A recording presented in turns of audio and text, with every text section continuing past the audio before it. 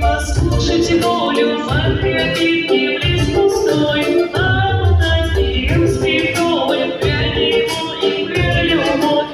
Матушка земля, белая березка, для меня святая Русь, я твой заносится. Матушка земля, белая березка, для меня святая Мама, скажи, ведет детский, поэтический кружок детский.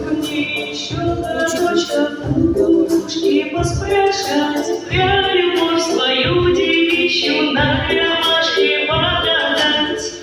Свой малыш, что делать, что-то свежее мамику. В чистом поле, темной ночью, вместе с звездам утону. Матушка земля, белая березка, для меня святая Русь, я другим заносится. Матушка земля, белая березка, для меня святая Русь, я другим заносится.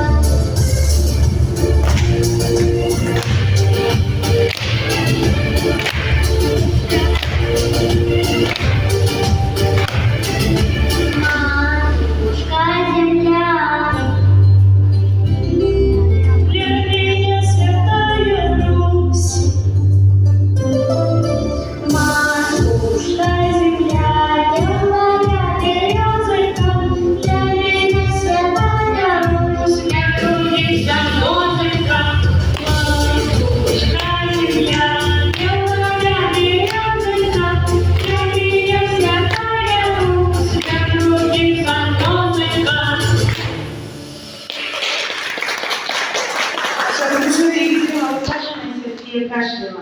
Но так не хочется отпускать наших юных исполнительниц.